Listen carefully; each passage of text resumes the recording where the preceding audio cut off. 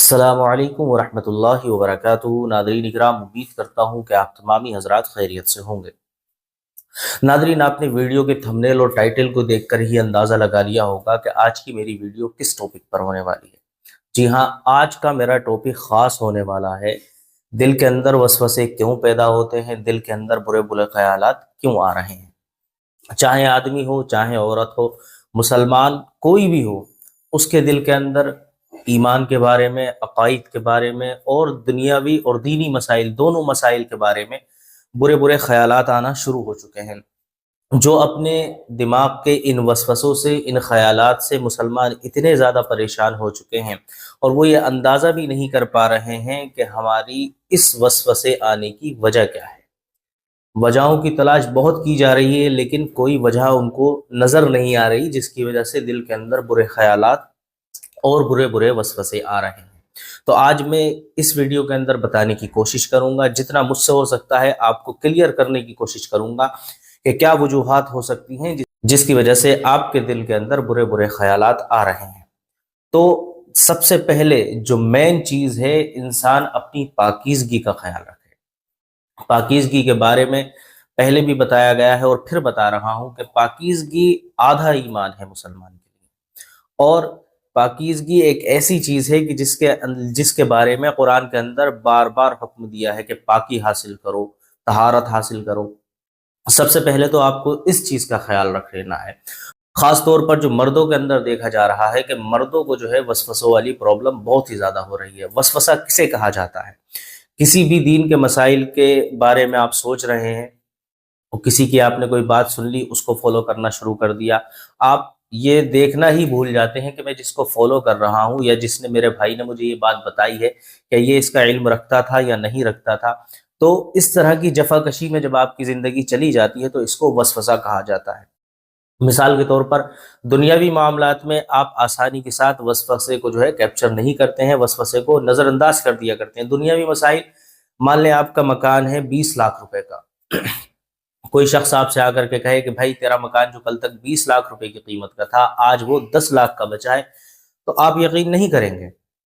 لیکن اگر کوئی ایمان و عقائد کے بارے میں آپ سے یہ کہہ دے کہ میاں آج دیکھو سارے لوگ دکانوں پر بیٹھے ہوئے ہیں، سارے لوگ جو ہے اپنے اپنے کاروباروں میں مصروف ہیں، آج کوئی بھی اللہ کا ولی موجود نہیں ہے، تو اس کی طرف آپ کا دھیان فوراً چلا جایا کرتا ہے۔ تو اسی کو وسوسہ کہا جاتا ہے۔ اور وسوسوں کے بارے میں خاص بات یہ کہی جاتی ہے، اکثر لوگ یہ کہتے ہیں کہ وسوسے صرف شیطان ہی ڈالا کرتے ہیں۔ ایسا نہیں ہے۔ آپ قرآن کی سورت پڑھ کر دیکھ لیں، قل اعوذ برب الناس ملک الناس الہ الناس من شر الوسواس الخناس الذی یوسوس فی صدور الناس من الجنۃ والناس۔ من الجنۃ والناس سے یہ بات ثابت ہوتی ہے کہ من الجنۃ والناس، جن اور انسان دونوں ہی انسان کے دل کے اندر وسوسے پیدا کرنے کا کام کرتے ہیں۔ جنات ایسے طور پر وسوسے پیدا کرتے ہیں کہ آپ کے گمان میں بھی نہیں ہوتا، وہ آپ کے کان میں آ کر کچھ پھونک کر چلا جاتا ہے، آپ کی فیملی کے اندر ٹینشن بازیاں شروع ہو جاتی ہیں۔ جیسا آپ نے دیکھا کہ آپ کی بیوی آپ سے کچھ ٹائم دور رہیں، اور جب وہ آپ کے پاس آئی ہیں تو تھوڑا ان کا رخ بدلا ہوا ہے، تو شیطان فوراً آ کر آپ کے کان میں پھونک دیتا ہے کہ اس کے دل کے اندر کوئی اور تو نہیں آ گیا، تیری لیے عزت اس کے دل میں ختم تو نہیں ہو گئی۔ تو اس کو لے کر یہ آپ کا ایک وسوسہ پیدا کرتا ہے، یہ شیطان کرتا ہے۔ دوسری طرف کوئی انسان ڈائریکٹ آپ کو واٹس ایپ پر، آج تو واٹس ایپ کا دور ہے، چپکے سے اس نے واٹس ایپ پر میسج کر دیا کہ بھائی تمہارے گھر کے معاملات ایسے ایسے ہیں، تو